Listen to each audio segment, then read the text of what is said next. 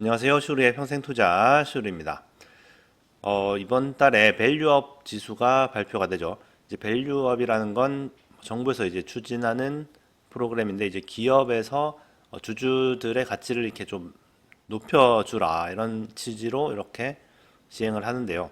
그 중에서 이제 밸류업과 이제 부합하는 기업들을 선정해서 이제 밸류업 지수를 만든다고 하는데 어떤 회사들이 이제 포함이 될까 궁금해하는 분들도 많이 있을 것 같습니다.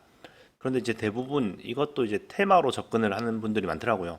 밸류업 지수에 포함되면은 오르겠지 뭐 이런 식으로 ETF도 만들어지고 하니까 호재다 이렇게 해서 그 회사들은 오르겠지 이런 식으로 테마로 접근하는 분들이 많은데 그렇게 테마로 접근해 가지고는 좀 큰 재미를 못 볼 가능성이 높고요.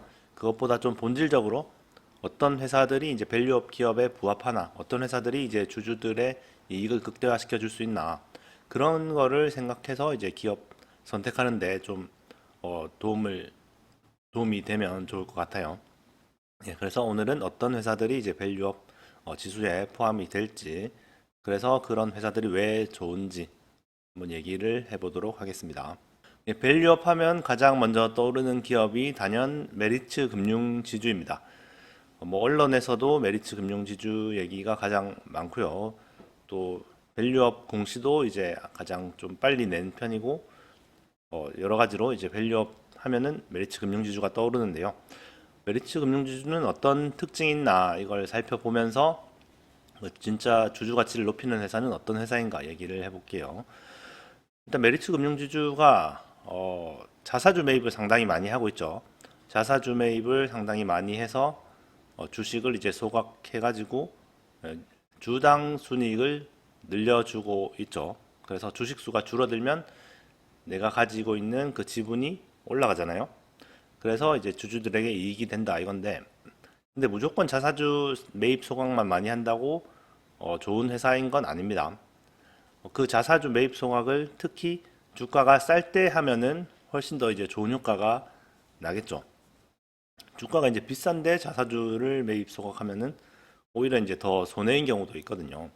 그래서 일단 그냥 숫자적으로 봤을 때는 이제 PER이나 PBR이 낮을 때 자사주 매입 소각을 하면은 훨씬 이제 주주 가치가 올라간다.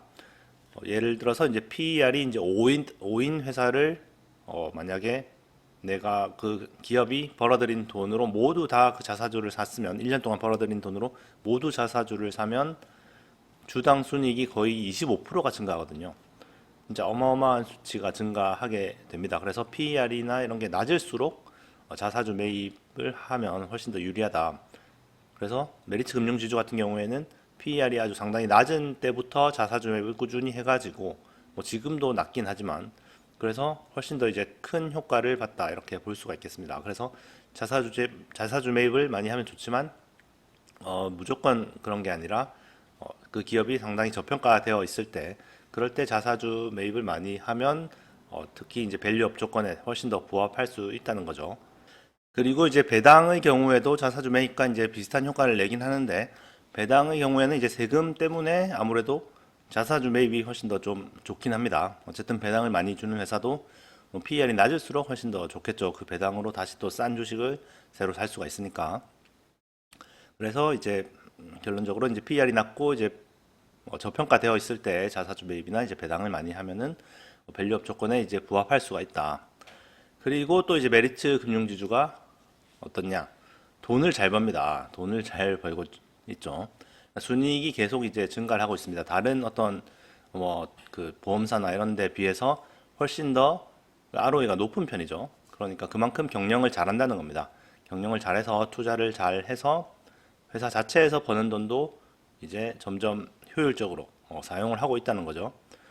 꼭 자사주 매입을 많이 해야 이제 그 주주들의 가치를 높이는 게 아니죠. 그냥 회사를 좋게 만드는 것 자체가 밸류업을 시키는 겁니다. 그래서 꼭 자사주 매입을 하지 않더라도 배당을 아예 하지 않더라도 그 돈을 그 사업에 재투자해서 아니면은 좋은 사업을 인수합병하거나 그런 식으로 그 회사 자체를 키우면 그 회사가 돈을 더 잘 벌게 되면은 그거 자체가 이제 밸류업인 거죠. 꼭 그 뭐 자사주 매입이나 배당이 필요한 건 아닙니다. 그 회사 자체가 진짜 가치가 높아지는 것도 이제 밸류업이라고 할 수 있죠. 그래서 뭐 배당 안 하고 자사주 매입 안 한다고 해서 그 회사가 나쁜 회사다. 또 이런 식으로 흘러가면 안 되는 거거든요.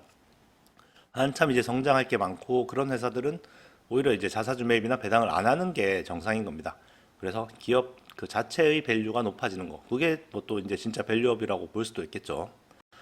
어쨌든 이제 밸류업 지수가 곧 발표가 되는데 그 밸류업 지수에 포함된다고 이제 꼭 주가가 오르는 건 또 아니거든요. 일본의 사례를 봤을 때도 그렇게 지수에 포함됐다고 막 그 지수보다 원래 그 전체 지수보다 더 올랐거나 그러지 않았다고 하더라고요. 그래서 그렇게 테마로 접근하기보다는 진짜 주주 가치를 높여주는 회사가 어떤 회사인지 좀 잘 찾아서 그렇게 투자를 하는 게 좋을 것 같아요. 그러면 309주차 계좌 한번 확인해 보겠습니다. 이제 먼저 저축은행 계좌 지난주랑 똑같고요. 한국 주식 이번 주에 좀 많이 내렸죠. 코스피도 뭐 4% 넘게 내리고 코스닥은 진짜 거의 뭐 8% 가까이 내려가지고 상당히 안 좋았는데 뭐 전 세계적으로 좀 많이 내리긴 했는데 특히나 이제 한국이 좀 더 안 좋은 것 같습니다. 그 금요일에 또 미국 주식이 많이 내렸기 때문에 다음 주 월요일에도 또 많이 내릴 것 같은 그런 분위기죠. 한국 주식이 특히 안 좋은 이유가 아무래도 뭐 금투세 때문은 아니겠죠. 예. 뭔가 강력하게 의심이 되긴 하는데 네, 어쨌든 한국 주식 지금까지 1억 9천만 원 투자해서 현재 2억 7,780만 원 정도 되고요. 지난주보다 좀 내리긴 했는데 일단 뭐 네, 코스피 코스닥 내린 거에 비해서 저는 한 1.3% 정도만 내렸기 때문에 지금 상당히 선방을 많이 했습니다. 그 다음에 해외 주식 계좌 지금까지 해외 주식 1번 계좌 지금까지 1,000만 원 투자해서 현재 1,778만 원 정도. 해외 주식도 지난주보다 상당히 많이 내렸네요. 네, 그 다음에 자산 배분 계좌 지금까지 800만 원 투자해서 현재 1,096만 원 정도. 이것도 이제 지난주보다 좀 내려갔습니다. 해외 주식 2번 계좌를 안 했네요. 네, 해외 주식 2번 계좌 지금까지 400만 원 투자해서 현재 387만 원 정도. 에볼루션 종목도 좀 많이 내려갔습니다. 엑셀로 보시면은 2018년 10월부터 방송을 시작해서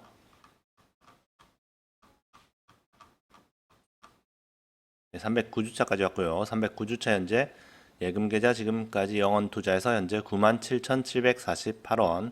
한국 주식 지금까지 1억 9천만 원 투자해서 현재 2억 7,782만 2,245원. 해외 주식 지금까지 1,400만 원 투자해서 현재 2,165만 3,638원. 자산 배분 계좌 지금까지 800만 원 투자해서 현재 1,096만 1,765원이고요. 합계는 지금까지 2억 1,200만 원 투자해서 현재 3억 1,053만 5,396원이고 수익 금액은 9,853만 5,396원입니다. 수익 금액이 1억 밑으로 다시 내려갔어요. 그래프를 보시면 지난주보다 또 좀 꺾였죠. 예, 다음 주 뭐 좀 월요일에 많이 떨어질 것 같지만 다들 힘내시고요. 진짜로 밸류업 할 수 있는 그런 회사들을 찾아서 길게 보유하면은 또 언젠가 괜찮을 거라고 생각을 합니다. 그러면 이번 주도 시청 감사드리고요. 또 다음 주에 뵙도록 하겠습니다. 감사합니다.